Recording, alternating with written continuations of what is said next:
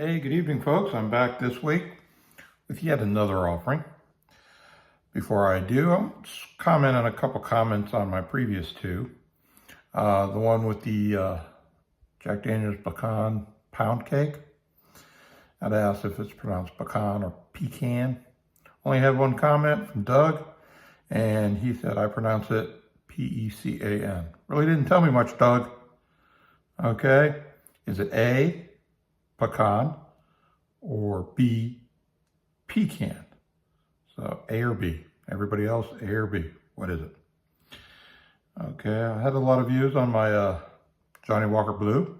A couple comments. First one, Ronald the Riot. I'm not sure if that's supposed to be a French last name.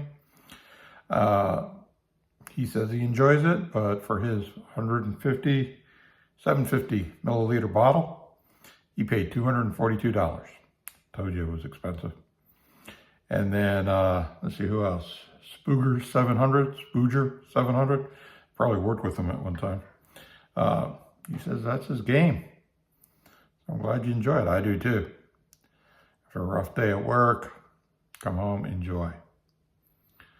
As far as tonight's offering, a buddy of mine up in Pennsylvania sent it to me. As a thank you for sending him a Halloween gift last year. Finally getting to it. Better late than never, Scott. And like I said, it's from Pennsylvania. Everybody knows Pennsylvania. It's been in the news a lot, especially on the west side. I mean, you have a city called Pittsburgh Penguins. And I think some guy was captured at a McDonald's out in the west part of Pennsylvania. And all the ladies think he's cute. But you don't hear much about that anymore, do you? But anyways, and on the east side, hey, what can the east side? You've got Gettysburg, Valley Forge, very historical. Lancaster, Ackland, York, Pennsylvania. Hershey, Pennsylvania. Intercourse, Pennsylvania. So, hold on. Hershey and Intercourse. Hey guys, reminder, Valentine's Day is coming up. You're welcome. Better go get something. It's coming up pretty soon, I think. So, yeah. Boy, those last two towns really reminded me. I'm glad. Wouldn't want to miss that. But anyways, tonight's offering is actually from Bristol, Pennsylvania. And it's going to be Dad's Hat Pennsylvania Rye Whiskey. I've already opened it, as you can tell. Anything that has a cork in it, you know it's quality. I like saying that. I don't know if it's true or not. But anyways, Pennsylvania Rye Whiskey. Actually, rye whiskey in particular in Pennsylvania has a very rich history, dating back 250, maybe even 300 years. The Whiskey Rebellion. Ever read about that in history school? History class? Yep. Federal government, I think late 1700s, tried to tax whiskey. And the farmers were like, nope, not doing it. They wanted to secede from the nation just because they were taxing whiskey. At least it's a decent reason to secede. It didn't work out, of course, and the rebellion failed, but it was there. And let's get back to the Dad's Hat. There's 6 different varieties. I have this one here. There's also a clear, and different types of rye whiskey. I should one day just do a bit on rye whiskey, the difference between Scotch and bourbon and straight whiskey. I think that would be interesting. Let me know down below if you think that would be interesting for you. Okay. I mentioned Pennsylvania's rich history with rye whiskey. Dad's Hat actually it's learned from that, but it's only been around since about 2011. And again, based out of Bristol, Tennessee, Bristol, Pennsylvania. Sorry if anybody's up there that lives there. Bristol, Pennsylvania. And they have a distillery. You can take your tours, tasting, etc. It sounds like a pretty decent place you should try to visit. Maybe next time I'm up that way, I'll stop by. Scott, road trip. Make the plans. Okay, I know who I'm talking to. Charlene, make the plans. Thanks. But anyways, one thing they do say about Dad's Hat, everything's locally produced in Pennsylvania, to include the labels, the glass that contains it, and it's sustainable.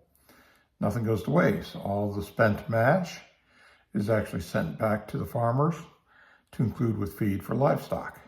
So it's not thrown out or just discarded, which is pretty cool. But let's go ahead and just dive right into it and check it out. As you can, like I said before, I've already opened it. And light amber color there.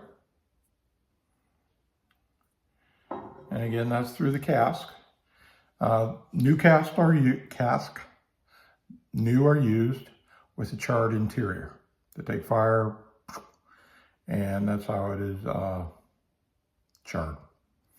I already covered that 1 million times. And that's what's going to give it its spicy flavor, is charring of the cask.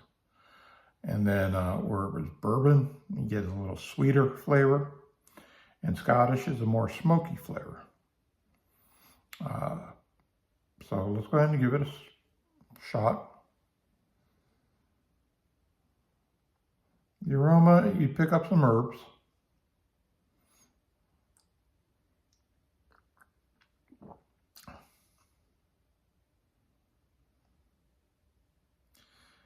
You know, it's really good. Now, you know, I always do it straight for these reviews, but I think this one would really be good over ice. You know, the Frank Sinatra, you know, 2 fingers, 3 rocks. And I think that would be good for this. Now, this alone is very smooth. You get a little waftiness of the spice. It's not like a jalapeno spice, but again, you get a little bit of the spice. It's just very pleasant. It's definitely not like my previous review as far as a sipping whiskey. I think this is going to be a definite, you know, if you like your rye whiskeys. And there are people who would just only drink rye. Some only drink bourbon, Scotch. And, but if you have a chance to try some of this, pick it up, give it a shot. I think you'll enjoy it. And next week is another offering, actually per suggestion of, remember last week I mentioned Mr. Bell? He gave me a suggestion for next week, so I'm going to go out and pick some up and check it then. So be around for that one. Enjoy, folks. Stay thirsty.